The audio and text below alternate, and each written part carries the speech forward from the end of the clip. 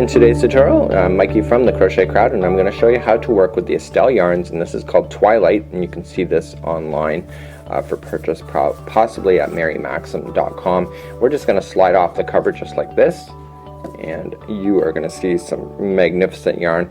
I'm really not sure if the yarn colors are really being picked up by the camera. This has a glimmer and a sparkle to it, and it's absolutely luxurious. So we're just going to leave it as like so, and we're going to be able to knit. So get about a 4.5 millimeter knitting needle today, and I'm going to show you how to knit with the Estelle yarns. This is called Twilight, and this is part of the Frill Seeker series. So let's examine this even closer. So now that I've taken it off, it's almost like a shoelace, but look at all of this luxurious. I love this stuff. This is so great. So, and the sparkle on this is just fantastic. Look at the distance that you're getting per section. Like, that's pretty significant. So I'm going to now take my knitting needle, and this is the very start of the yarn, and I'm just going to slip it through just a near edge. Okay, so you don't ever want to go into the middle, but just stay near the edge. So I tell people in live shows, if you like living on the edge, you'll love this product.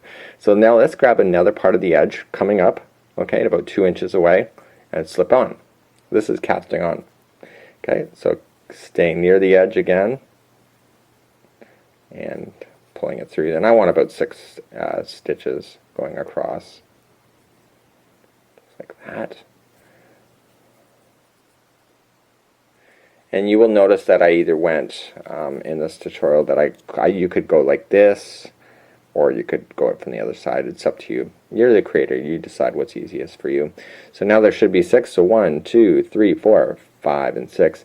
And now we're good to go. So let's start our first row of this Estelle Yarns Twilight.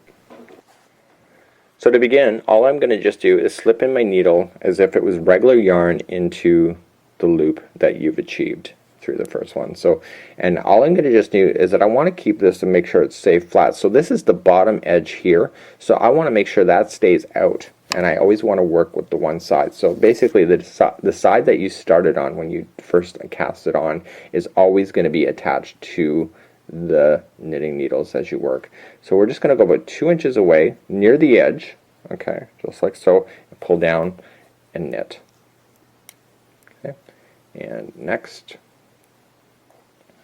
again, this bottom edge is staying out of the project, so we just want to work on the top edge. And you will find that you will, again, like any of the other ribbon yarns or ruffle yarns that we're covering today, is that you're going to find your rhythm, you're going to find your speed, and then once you find it, bam, off to the races. I find a scarf in these particular ones will take you about between 2.5 to 3.5 hours to make, depending on your speed and your comfort level and etc. So I'm just knitting as normal. Wow, I love the colors. I've actually seen samples of this yarn in stores, and I just finally picked up one, and I thought, you know what, I'm going to try it and just see how the colors really work out. I never saw this color scheme, so I figured I'd pick it up just to, you know, for my own curiosity, just like that. Okay, so we're now done this line all together. So this is the trick right here. This twisting here is coming from the yarn ball, and so basically every time you reset, you want to make sure that you don't want to keep turning this, so it's going to end up like a shoelace. So basically every time you reset, I always reset like this, but sometimes you got to go the other way in order for it to unravel as well. So you have to determine when you're working with this stuff which way is the best way to keep turning, so that you don't end up with all of your yarn coming from the yarn ball into one big twisted section, just like so. It's just easier to open if it's already open and not twisted. So to start another row, we're just going to slip in behind and the next stitch, and again, just I always kind of find when I'm holding these off camera is just basically what you just see me do. I kind of like just hold it together using my hands and just open it and pull. The wonderful thing about this is ruffle yarn, so you know you really can't go wrong on where exactly you're putting it into the project. The more of a distance that you go, the more of the ruffle that you will have. But if you go too far, then it's just way too much, and if you go too less, then it's just going to stay too flat and you'll lose your effect. So it's one of those ideas that you're going to find your rhythm when you're working with this project. I find 2 inches is suffice when going the distance. This is very much like other ruffle yarns that you will see in the market by other people that are doing the same kind of idea as well.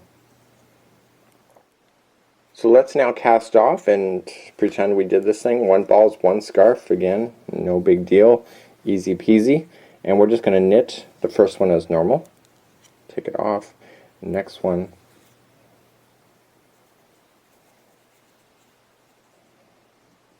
Like that. We're going to knit as normal. So now you have two on your knitting needle. So all we're just going to do now is just slip your knitting needle into the first loop and just pull it over the second.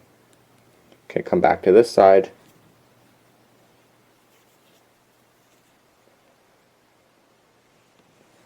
Okay, knit. Get the first loop up and over. That. This side.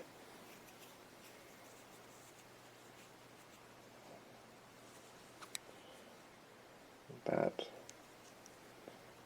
So we're just going to keep doing that all the way across. It's like casting off any other kind of knitting that you would do. And just want to be a little bit gentle with this. Make sure you do get all your loops going up and over.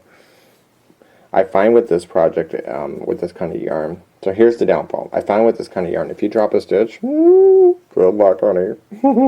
Grab your bottle of Valium, because you might need it. So it's one of those, you just want to take your time, especially in the casting off process. I've seen people do these scarves and then drop a stitch during the casting off. Oh my god. It ain't pretty. So let me just get the final one. And honey, I have dropped it too, so that's why I'm laughing. I'm laughing with them because we know how upsetting it can be. So I'm just going to take my finger and I'm just going to do the last one over. So you can always use your fingers too. So we end up with a little bit of a thing over there. So this is supposed to be the end, so let's snip it and pretend it is the end. Oh, I hate to waste this gorgeous yarn. So we're just going to slip it through, and we're just going to kind of just grab a crochet hook or something and just pull it through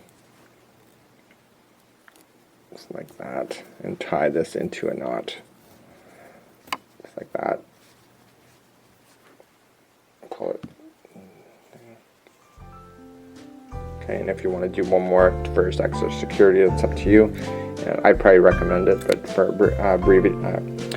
brevity or for quickness, I'm just going to leave it as normal. And so what's going to happen, there's your knot in the bottom, but this is the top of your project over here, and what's going to happen is it's going to bury itself anyway into your project, so you don't need to worry about it at the end. Until next time, I'm Mikey from the Crochet Crowd.